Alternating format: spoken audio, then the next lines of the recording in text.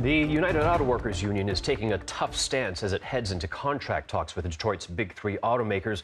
But those automakers are currently focused on cost reductions, and this is setting the stage for contentious negotiations. Joining us now is Christina Rogers. She is the autos editor for the Wall Street Journal. Christina, thanks for joining us. You've covered previous rounds of UAW negotiations in Detroit. How is this year's different? Well, yes, this is my fourth round. And I mean, it's already become different, mostly because the dynamics have changed so much from the last round of negotiations in 2019. For one, we have a brand new UAW president, and he's a bit of a wild card. He did not come up through the establishment. He was a challenger to the ruling party, and his election was a bit of a surprise for all of us. And so he also he doesn't have experience leading a bargaining at on a national contract level. So it's a little bit, he's learning on the job as well. So that's just off the bat, that is different. And he's also come in and said very specifically, we are not going to stick with the status quo. This round of bargaining is going to be different, and we're going to do things differently this time. So you have that. And just the world is different. I mean, there's a lot of things that have changed since the last round of bargaining. You know, for one, we just went through a pandemic where workplace safety issues became front and center. A lot of these UAW members were working in plants during the pandemic, and there was a lot of questions about what is safe and what is appropriate there. The shift to EVs. I mean, in the last few years, automakers have accelerated their move to EVs, and what that means for the union is really uncertain. And also the labor movement has had a bit of a resurgence lately. I mean, the UAW had a lot of its success with John Deere, and that's going to kind of hover over negotiations this year. Yeah, when I was kind of looking into this, Christina, I was thinking there are some similarities between what workers in the auto industry are concerned about, and then what's happening with the Writers Guild and with SAG-AFTRA, whatever that turns out to be. I saw a headline like a while ago that said the summer of strikes, and even where you live, you had all those series of strikes, and for the writers, it's about incoming technology and present technology, right? It's about streaming and AI. And for the producers, they are also looking at technology, trying to invest in it and making no money right now on those investments. And then for the auto industry, it's very similar. You mentioned EV. Right now, they're throwing a lot of money into the development of electric vehicles, batteries. They're not making any money.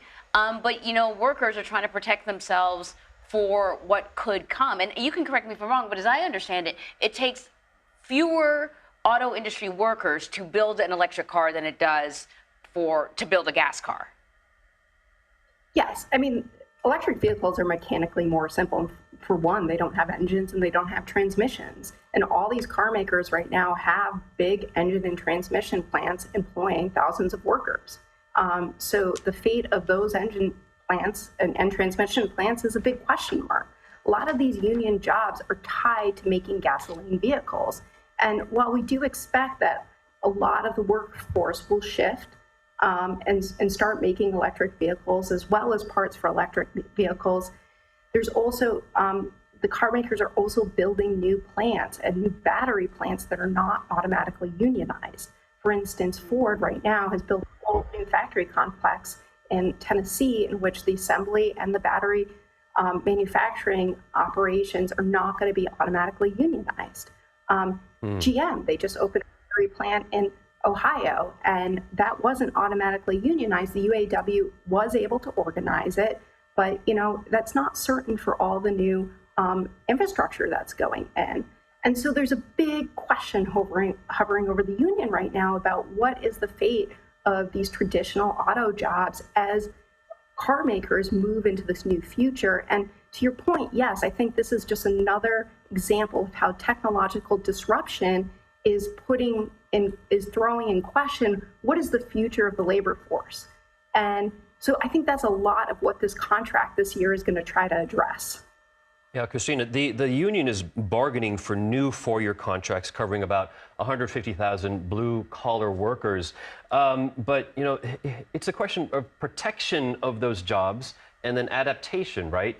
The Ford CEO said that there will be job losses. He's admitting this. But he's also saying there are going to be job gains. Where does that balance end up? Where are those gains going to be coming from? So, for one, yes. I mean, I talked about the engine and transmission plants. Those are jobs that are going to go away. I mean, electric vehicles don't have it. And so what the automakers are looking for is like flexibility so they can, you know, transfer workers into some of these new jobs. So I think to interpret a little bit what the CEO means is that, you know, some jobs are going to go away and other ones are going to be created, and whether the workers, the current workforce, can adapt to that or shift to that is going to be a big focus of negotiations. And then you do have like the battery plants; those are brand new jobs, and you know they are not unionized, at least outside of GM's battery plant, and also they pay less. They pay about battery plant pays about $16 to $18 an hour.